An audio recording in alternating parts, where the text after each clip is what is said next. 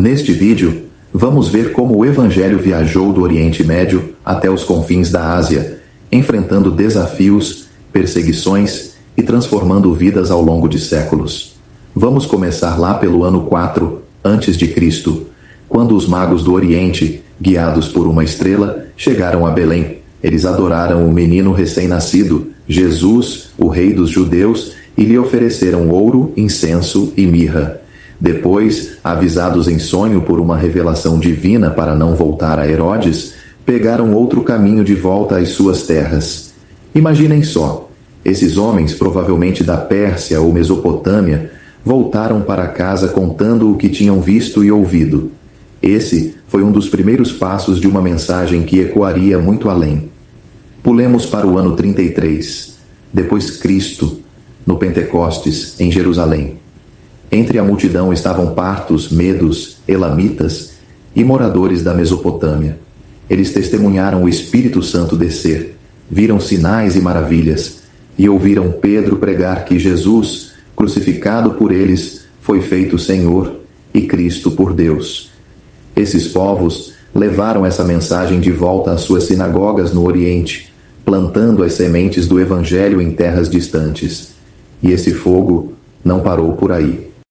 No século II, por volta do ano 140, Eusébio, um historiador cristão, escreveu sobre discípulos movidos por um desejo ardente de espalhar a palavra. Eles distribuíam seus bens aos pobres, como Jesus ensinou, e saíam como evangelistas, levando a fé a lugares onde ninguém ainda tinha ouvido falar de Cristo. Esses pioneiros fundaram igrejas em terras remotas e bárbaras, deixando pastores para cuidar dos novos convertidos antes de seguirem adiante. Assim, o Evangelho chegou não só ao Império Romano, mas também ao Império Persa e além, como uma onda que não podia ser contida. Já no século III, no ano 250, um escritor anônimo descreveu esse avanço como um novo poder, que dominava paixões e unia raças e nações diferentes, da Índia aos persas, medos, árabes, egípcios, sírios, gálatas, partos e frígios. Ele dizia que esse poder alcançava todas as ilhas e províncias sob o sol. As igrejas na Síria e no Império Persa cresciam rápido, mas se mantinham isoladas das influências ocidentais por causa da língua, o aramaico, falado na Palestina e em Palmira, no ano 33, e usado como língua comercial no Eufrates, e da rivalidade entre Roma e Pérsia. Isso as ajudou a preservar por mais tempo um caráter simples e fiel às Escrituras. Nessa mesma época, por volta do ano 250, essas igrejas orientais não tinham uma organização central rígida, não havia dioceses fixas e várias igrejas podiam ter mais de um bispo ao mesmo tempo. Elas eram ativas, espalhando o testemunho continuamente para novas regiões. Mas no início do século IV, no ano 310, o Papa Benagai, bispo de Seleucida Ctesifonte, propôs unir todas as igrejas da Pérsia, Síria e Mesopotâmia sob sua liderança. Essa ideia enfrentou resistência, mas foi ganhando força. No ano 498, o bispo de lá passou a se chamar Patriarca do Oriente, um título que marcava essa mudança. Enquanto isso, a religião dominante na Pérsia vinha de Zoroastro, que viveu por volta do ano 800.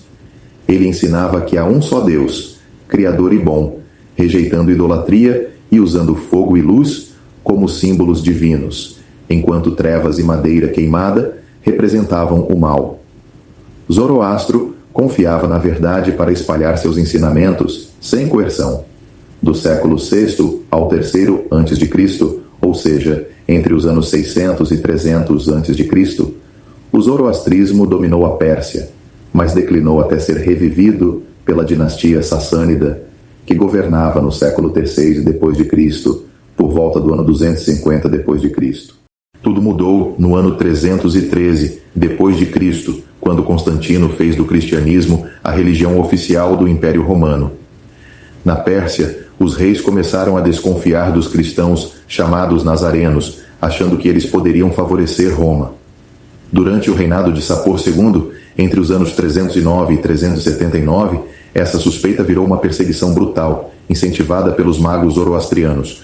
Por 40 anos, dos anos 339 a 379, cerca de 16 mil cristãos foram mortos e muitos sofreram perdas indizíveis.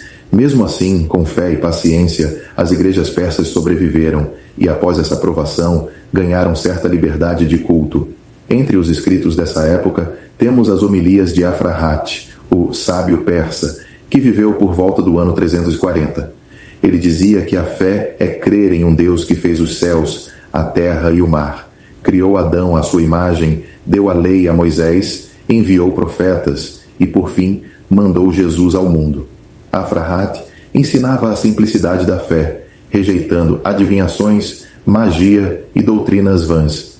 Curiosamente, suas homilias não mencionam o Concílio de Niceia no ano 325, nem Ário ou Atanásio, mostrando como as igrejas orientais estavam desconectadas das disputas ocidentais. A perseguição piorou as tensões entre Roma e Pérsia. Mas no ano 399, quando Yezdegerd I assumiu o trono persa, o bispo romano Maruta foi enviado para negociar alívio aos cristãos. Junto com Isaac, ordenado grande metropolita de Seleucia Ctesifonte no ano 399, eles conseguiram permissão para o Sínodo de Seleucia no ano 410. Ali, organizaram a igreja persa, devastada pela perseguição. Maruta trouxe uma carta dos bispos ocidentais, que foi aceita pelo rei e pelos bispos reunidos. O sínodo estabeleceu regras como um bispo por cidade e adotou os cânones de Niceia, unindo o Oriente e o Ocidente. Foi um momento de alívio após décadas de sofrimento. Mas a paz não durou. Após a morte de Isaac no ano 411 e de Yezdegerd I no ano 420, perseguições voltaram sob Yezdegerd II e Bahram-Tinsintu, entre os anos 420 e 457. Enquanto isso, no Ocidente, no ano 428, Nestório, um pregador de Antioquia, virou bispo de Constantinopla. Influenciado por Teodoro de Mopsuestia, que viveu entre os anos 350 e 428, ele rejeitava chamar Maria de Mãe de Deus. Isso gerou polêmica e no ano 431, no concílio de Éfeso, Cirilo de Alexandria o condenou. Nestório foi exilado e morreu no ano 451 no Egito, mas seus seguidores fugiram para a Pérsia, revitalizando as igrejas locais. Essas igrejas, chamadas nestorianas no ano 431, rejeitavam esse rótulo. Elas ensinaram que Jesus tinha duas naturezas e duas pessoas em um só Cristo, uma doutrina que já sustentavam antes de Nestório. Com a chegada dos exilados, elas ganharam novo fôlego, expandindo-se para a Índia, China e além. No século VII, no ano 635, o missionário Olopum chegou à China com livros sagrados e a fé cristã foi aprovada pelo imperador.